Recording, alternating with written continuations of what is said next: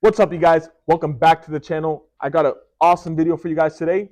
It's going to be a video on how and why to play One Piece TCG. So, to get started, it all started with this amazing box right here, One Piece Romance Dawn. This started it all.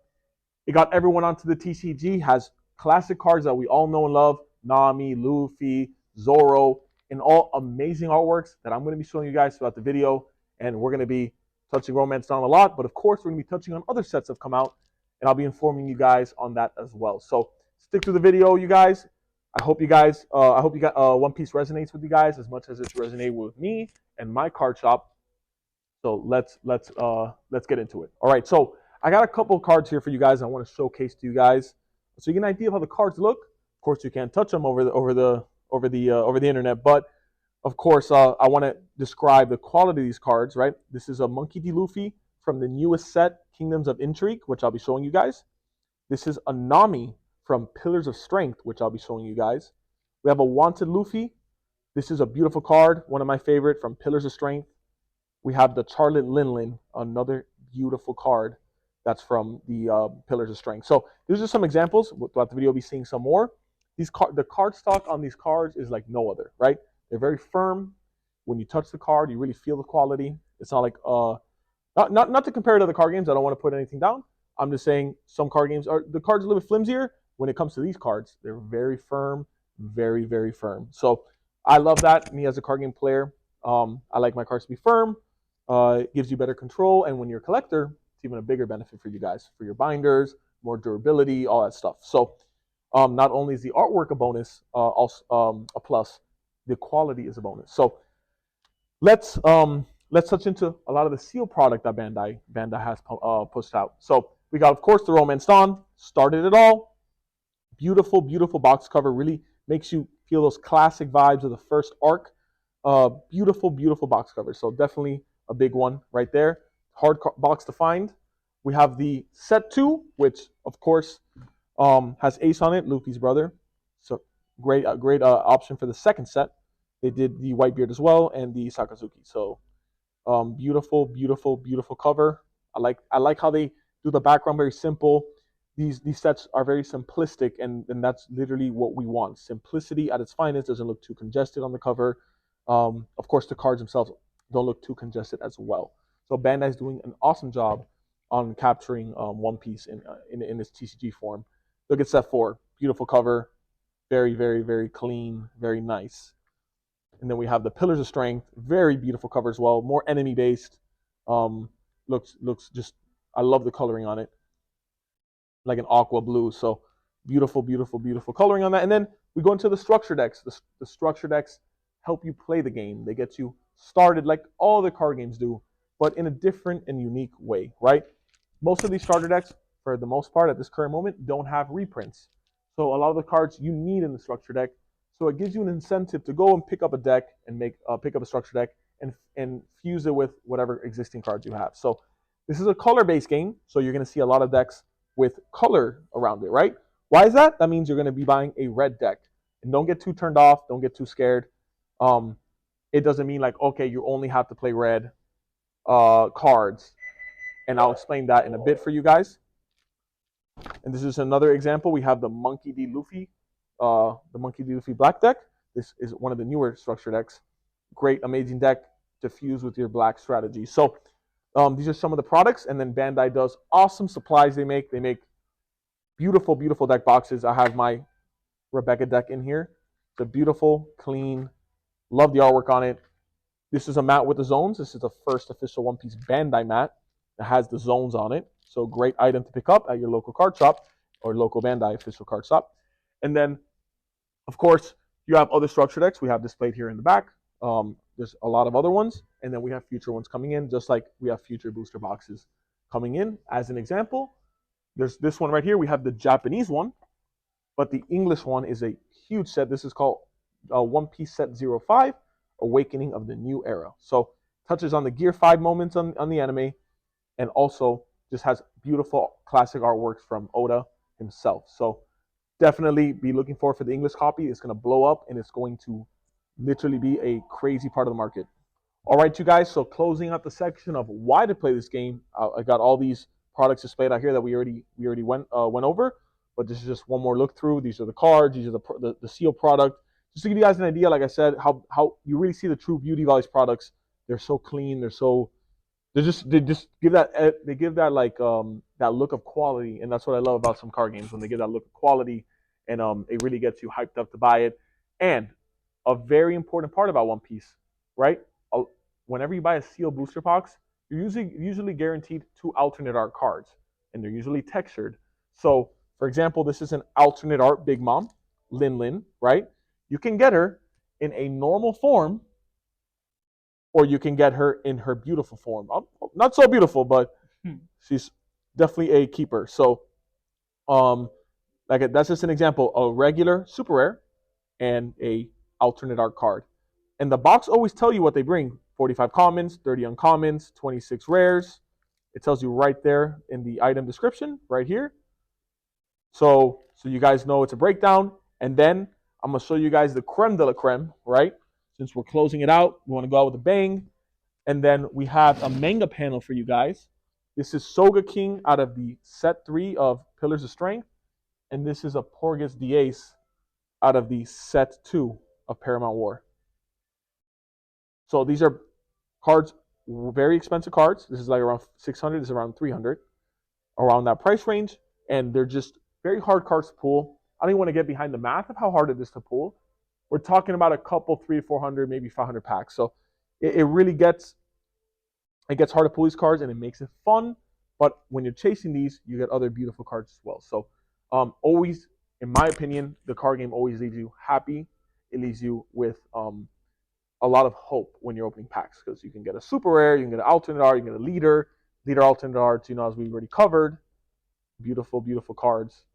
So yeah, we're gonna close off this section. If you guys have any questions, you just please comment down below on products. Us Mad Cards here in South Florida, we always have the newest One Piece products. So really believe in this game, and you'll be seeing all the future products here at our shop or on our TCG Player account. So thank you guys for that coming throughout this part of the video for why. We're going to go now into the how to play the game for those that are interested in being competitive or just playing with your friends casually, whatever you guys like. All right, so you guys, so in the section of how to play, I have kind of a good amount of cards laid out for you guys, because I want you guys to see what these cards do before we get into a deck profile or get into technical play, all that stuff, because it's very important to see what these cards do and what they do in practicality when you start playing. So I'm going to start off with the most important part of the game, which is the Dawn system, right? We have the Dawn systems, the energies right here. So those that are accustomed to energies in card games, Dawn is your energy, technically speaking. It lets you cast cards, and it lets you pump up your monsters by 1,000 attack points, right? So it's very clear. All the cards in this game are very clear. You have a Dawn deck, has to be 10 cards, right? It says your turn plus 1,000. So super simple. When you want to put one of these under your it has to be in active mode, right? That means you did not use it to cast anything. You got to put it under your monster, and now your monster gains 1,000 attack. It's super easy and super simple to understand that. So 10 card Dawn deck, you have it on the side as we have here, right? This mat has the zones, and I'll show you guys where the cards are placed in a bit on the zones. This is the second most important part of the game. It's the leader, right? Your leader is going to depict what your deck does, and it's going to really tell you, hey deck, this is our goal. Hey deck, this is what I'm gonna help you do. Like it's your crutch. It's it's the whole point. It's the center point of the deck. So I have Rebecca. I chose to showcase you guys Rebecca. Why? It's the newest deck out of set 4, Kingdoms of Intrigue, of course. Gotta rep the newest set. And then it's very cheap and affordable deck to make for those that just want to get into the game and you want to try it out. It's a great budget deck, $40-$50, and it's tier 1 status. So that means you can go on par with the biggest and baddest decks in this game. So Rebecca is a very different leader, and I'm going to explain what leaders do. So all leaders, right, have a giant, they're usually giant monsters. We used to call them big faces because some leaders have a giant face. And then all leaders, sorry, excuse my mouth's a bit dry, so excuse me. So the life here is your life points, right? So it says, hey Travis, your life points are 5. So now I know I got to get 5 cards and put them in my life point pile, right? And I'll teach you guys that in a second. The leader right? It's a leader right there, just in case you guys are a little bit, for sure you want to make sure it's a leader. It says leader right there. And then it tells you everything the card does, right, on the text. And Bandai does a great job of problem solving text. So instead of creating problems, they literally bolded the words. So it says activate main. So that means whenever you're not doing an action, once per turn, it says the number 1, and it will tell you everything the card does. So you may rest 1 Dawn. If you have 6 or more cards in your hand, look at the top 2 cards of your deck, reveal up to 1 Dressrosa type, and trash the rest. Right? Why is that essential? This leader on the top, it says this leader cannot attack.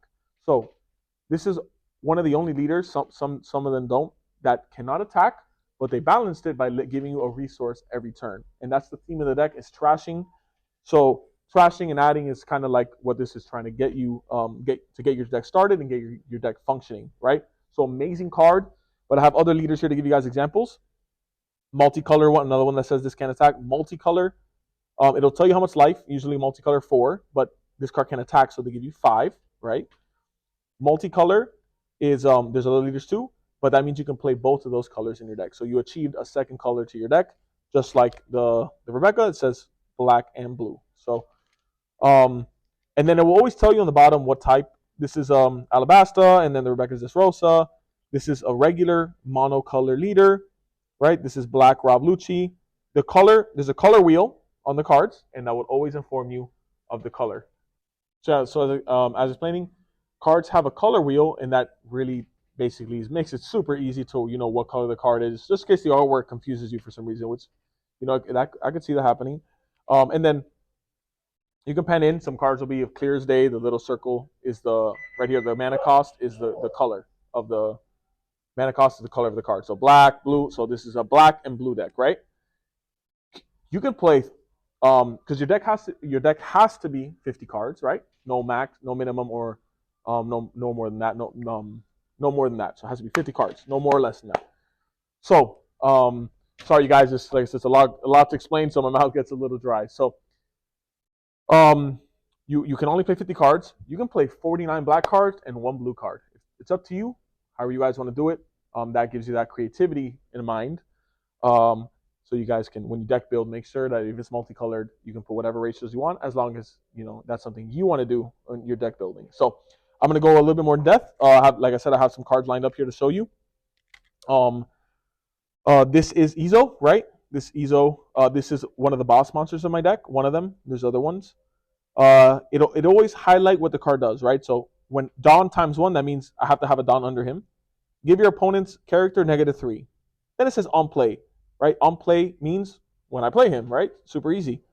If your opponent has 6 or more cards in their hand, trash 2 from your opponent. So it's kind of like discard 2 out of your opponent's hand randomly for an 8 energy cost. And like I said, so it'll T on play, Dawn X1, like just to show you context words. And this card is blocker, right?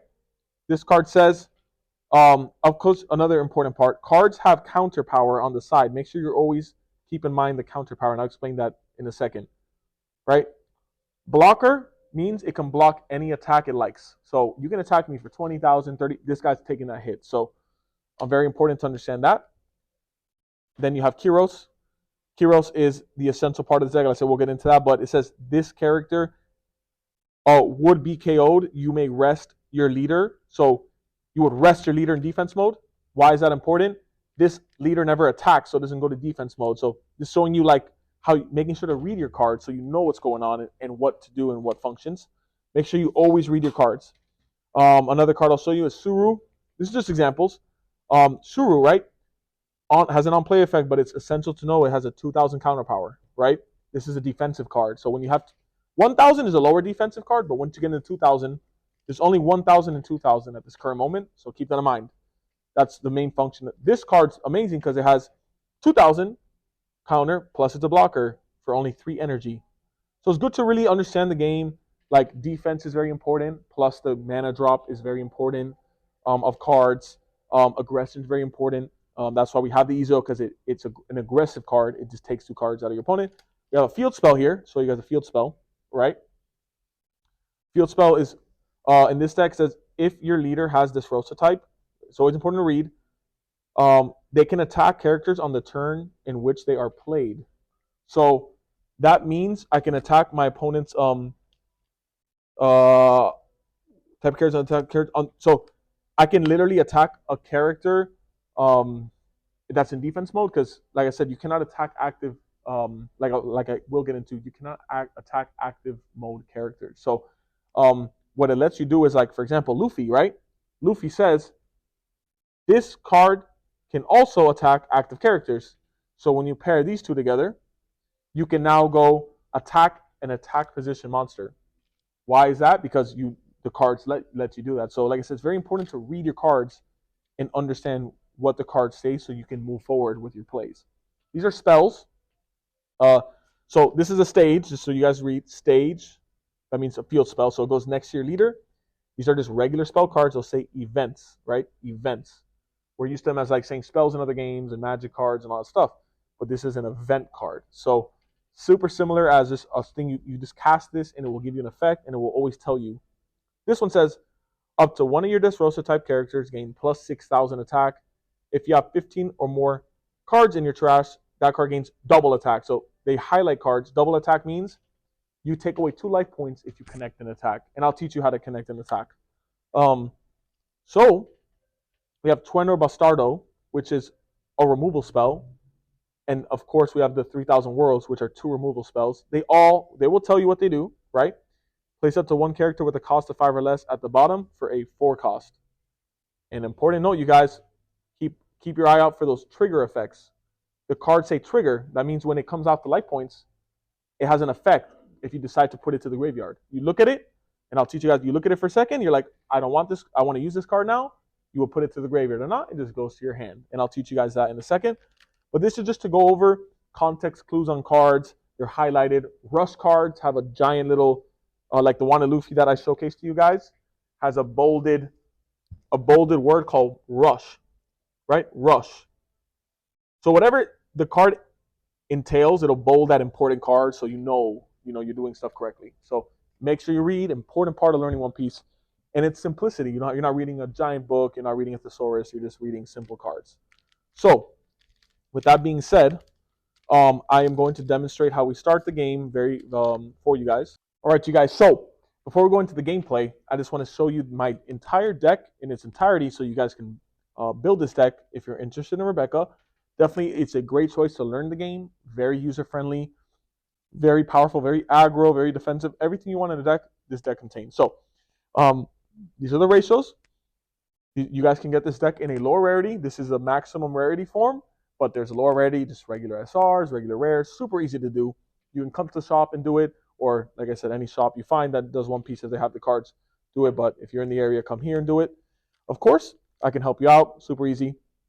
A lot of people I got into this game chose this deck just because it's very good, budget friendly, and then of course it's very user friendly. So keep that in mind.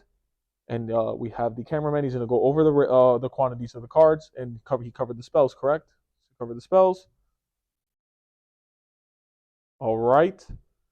So said, pick up this deck, play test with it, learn the deck. Of course, I went over some cards. And I will go over some cards in the how to play as well, so you guys can learn.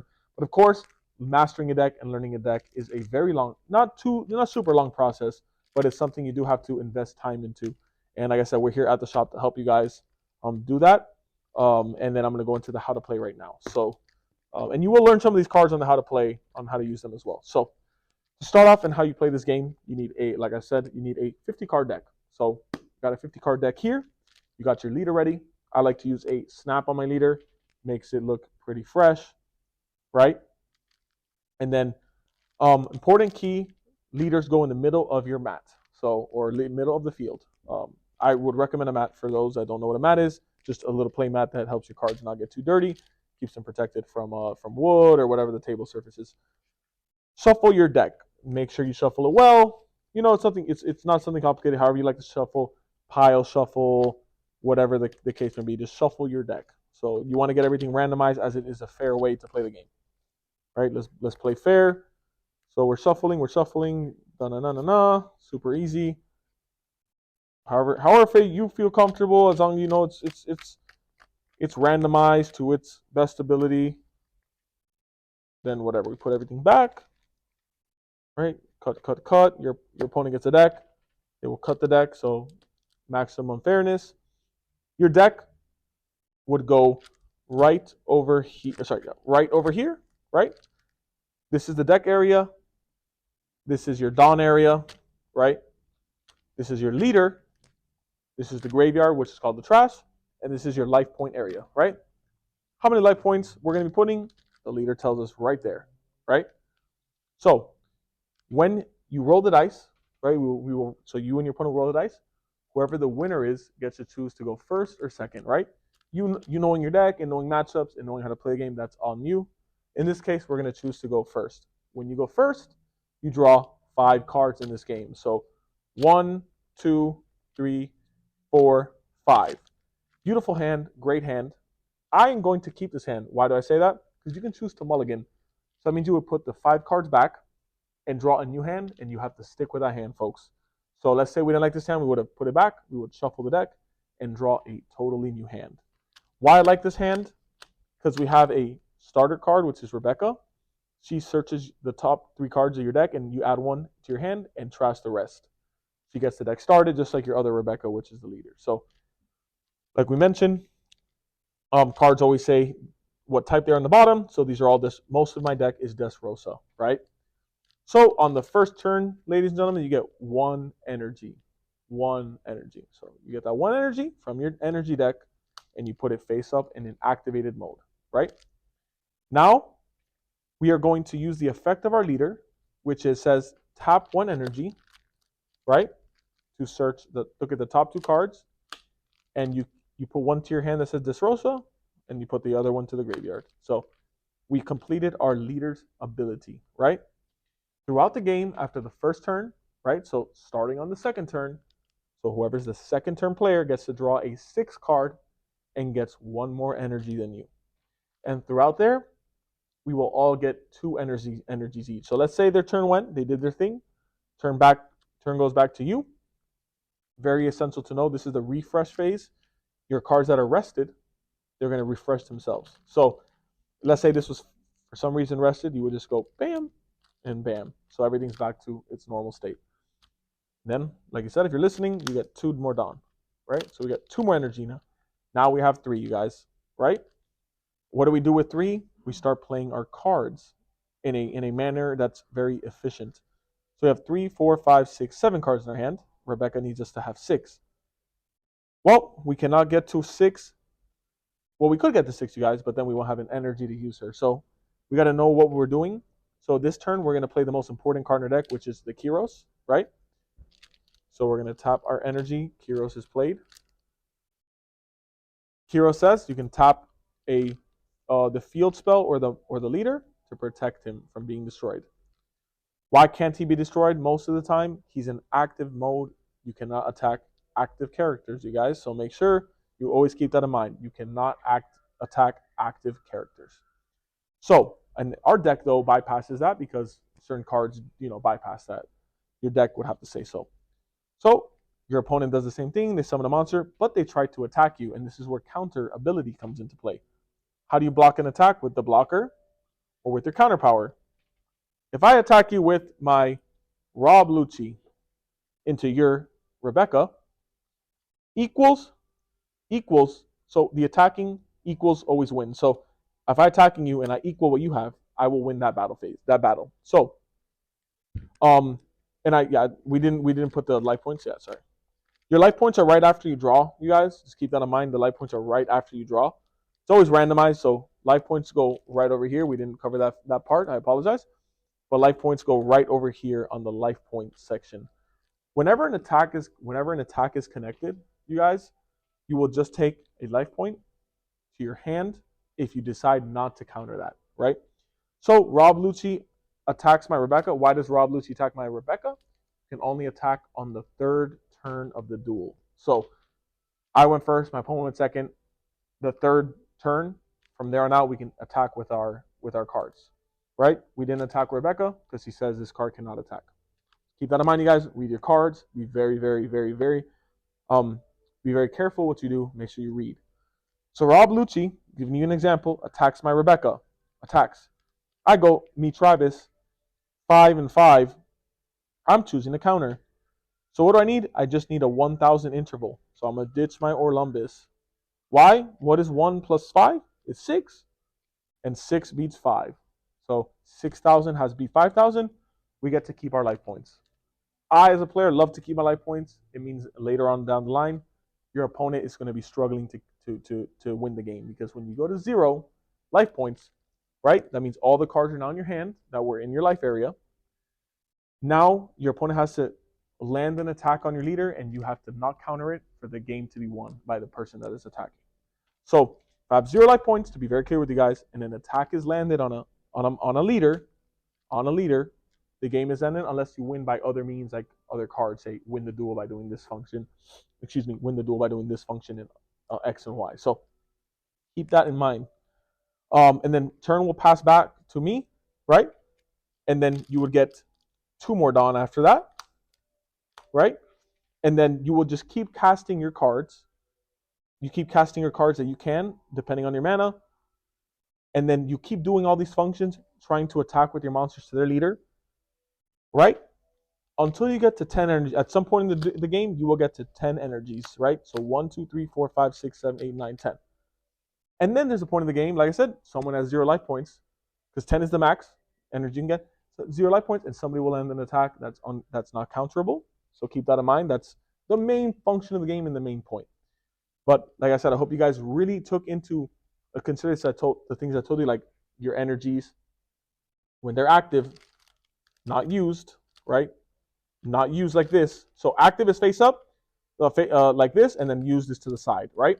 Always make sure you do that to keep yourself organized. Once what you can put it under your monster, so now Kiros becomes 1 plus 5, so now it's 6. So it gives you that you can be a tactician now in how you do your cards, right?